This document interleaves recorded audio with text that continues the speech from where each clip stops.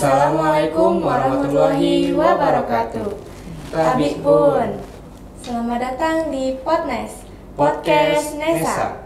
Kembali lagi bersama saya Saskia Azhara dan partner saya Emzaki Zimatullah Zulfikar. Nah, jadi hari ini kita kedatangan tamu, yaitu wakil kurikulum kita, Ibu Elina Septiani, ST MTI. Apa kabar Ibu? Alhamdulillah baik. Sebelumnya kita mau ngucapin terima kasih nih sama Ibu karena udah bisa datang ke studio kita di sela-sela kesibukan Ibu. Oh ya, apa? Jadi Ibu, kita di sini mau tanya-tanya tentang kurikulum merdeka nih Bu. Kan selaku Ibu di SMKN 1 Kartagumi ini selaku wakil kurikulum Ya, gitu. benar. Jadi kita udah nyiapin beberapa pertanyaan tentang kurikulum merdeka ini. Yo. Jadi kita langsung ke pertanyaan aja Bu ya. Boleh, silakan. Yang pertama, Ibu kan sebagai wakil kurikulum nih, ada tidak Bu perubahan yang Ibu rasakan setelah pergantian kurikulum? Oh ya, tentu aja ada ya. Karena setiap perubahan kurikulum itu pastinya ada hal-hal yang disampaikan dan diberikan oleh Menteri Pendidikan untuk mengubah sesuatu yang menjadi lebih baik lagi. Nah, untuk perubahan kurikulum, karena kebetulan kita sudah memasuki kurikulum merdeka di tahun kedua. Jadi di SMK 1 yang sudah menggunakan kurikulum merdeka ini kelas 10 dan kelas 11. Sedangkan untuk kelas 12 masih menerapkan kurikulum 13. Nah, kebetulan juga sekolah kita kan ditunjuk sebagai salah satu sekolah pusat keunggulan, ya, sekolah pusat keunggulan yang diwajibkan untuk menerapkan kurikulum merdeka. Nah, tentunya perubahan yang terjadi dalam kurikulum merdeka dibandingkan dengan kurikulum yang 13 kemarin, itu dia lebih ditekankan kepada mata pelajaran bersifat proyek. Ya, intinya maksudnya di sini, jadi diharapkan setiap mapel, guru yang memberikan pembelajaran di tiap mapel itu disertai dengan proyek-proyek, yaitu aksi nyata yang diberikan oleh siswa-siswi kita. Nah, yang selanjutnya yaitu ditekankan di pendidikan karakter.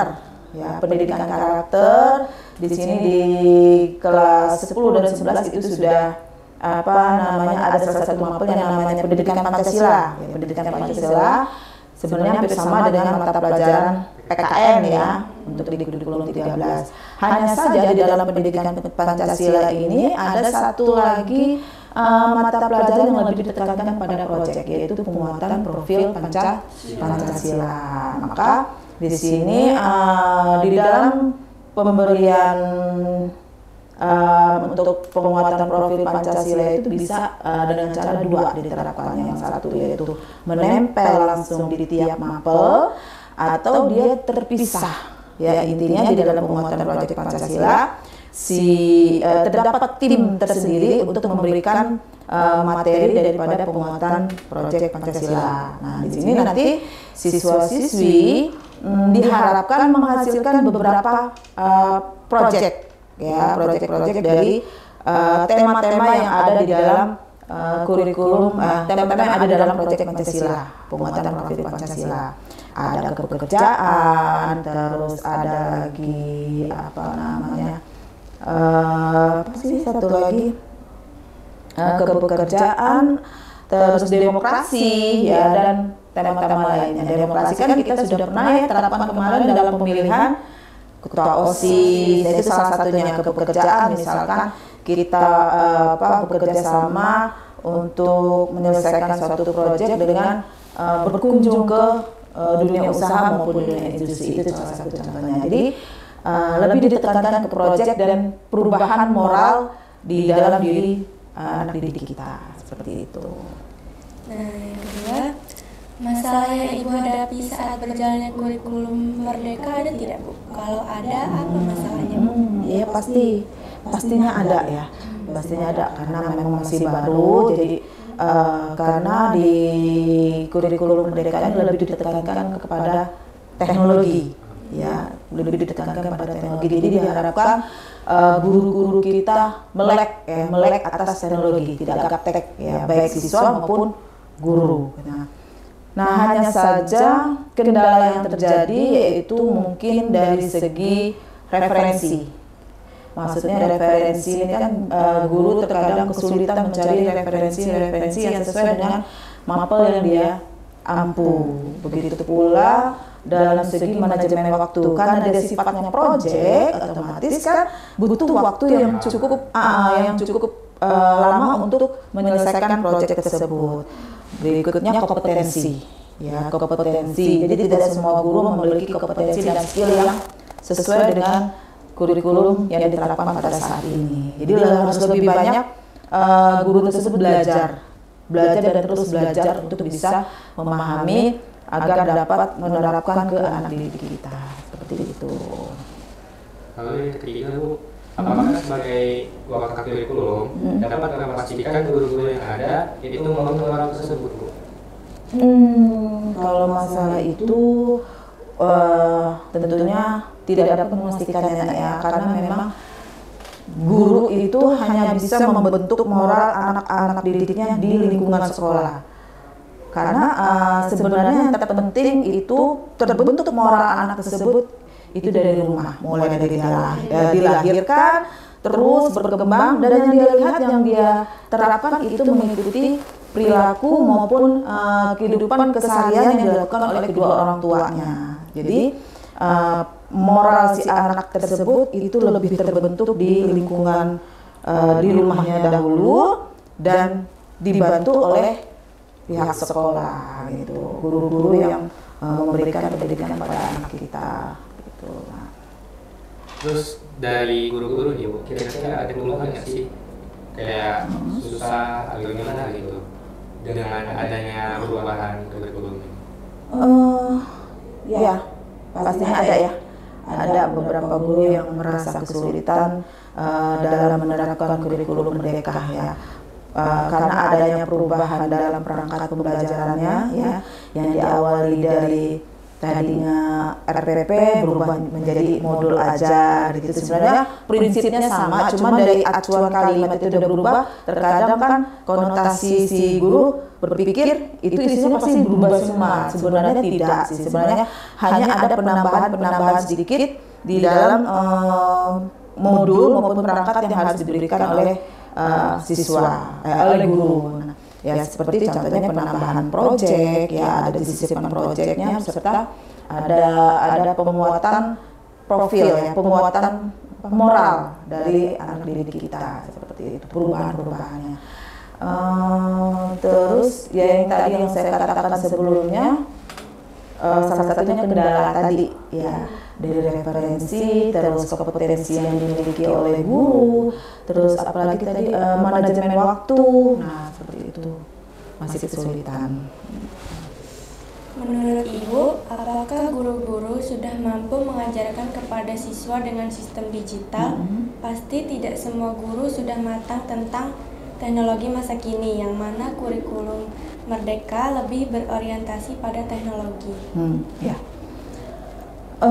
Karena hanya ada sekitar berapa persennya, 70% lah ya, 75% guru tersebut sebenarnya sudah memahami teknologi. Karena kan kita di sekolah kita sudah ada kompetensi, konsentrasi, keahlian yang memang sudah menerapkan teknologi ya. Karena di sini memang ditekankan guru-guru kita memahami teknologi.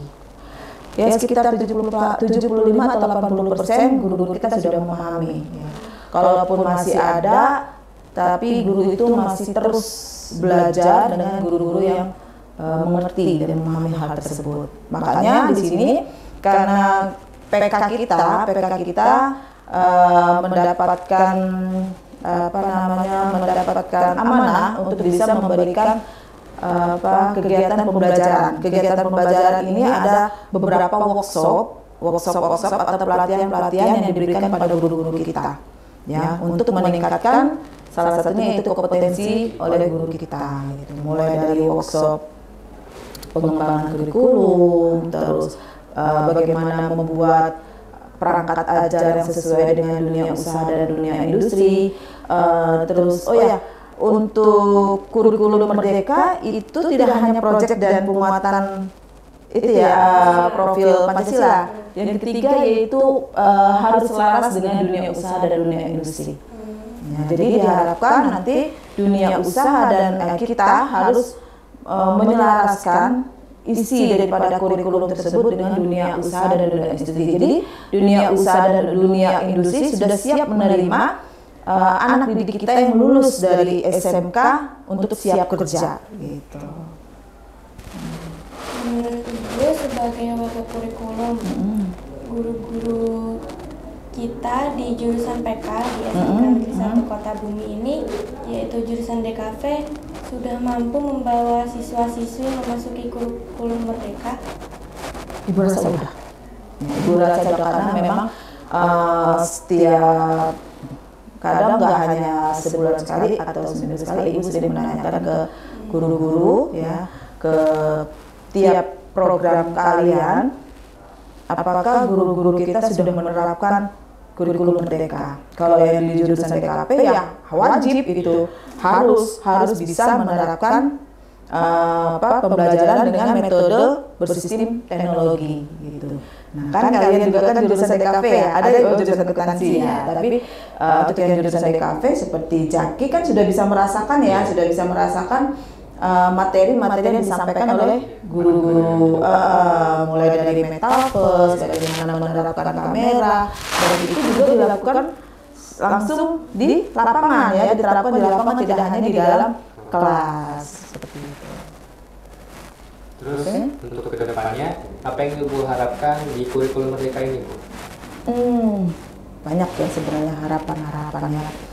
Harapan ibu sih terdapat perubahan ya, perubahan mulai dari gurunya dan juga siswanya itu sendiri ya. Perubahannya harapan ibu, anak didik kita, siswa-siswa kita, moralnya itu tertanam moral-moral yang baik, etika yang baik. Karena selama ini ibu perhatikan semakin menurunnya, semakin tingginya teknologi yang mereka miliki, tetapi semakin turun etika yang dimiliki oleh anak didik kita. Ya. Terus ibu harapan juga guru-guru kita lebih melek teknologi, ya lebih melek teknologi, istilahnya tidak hanya terpaku di satu tempat. Jadi pemberian materi tidak hanya dengan menggunakan satu metode, ya, dengan menggunakan beberapa metode dan disesuaikan dengan karakter anak didik kita. Jadi kalau misalkan anak didik kita memiliki gaya belajarnya dengan cara diselingi dengan permainan, ditambahkan dengan permainan, tentunya permainan yang mendidik ya.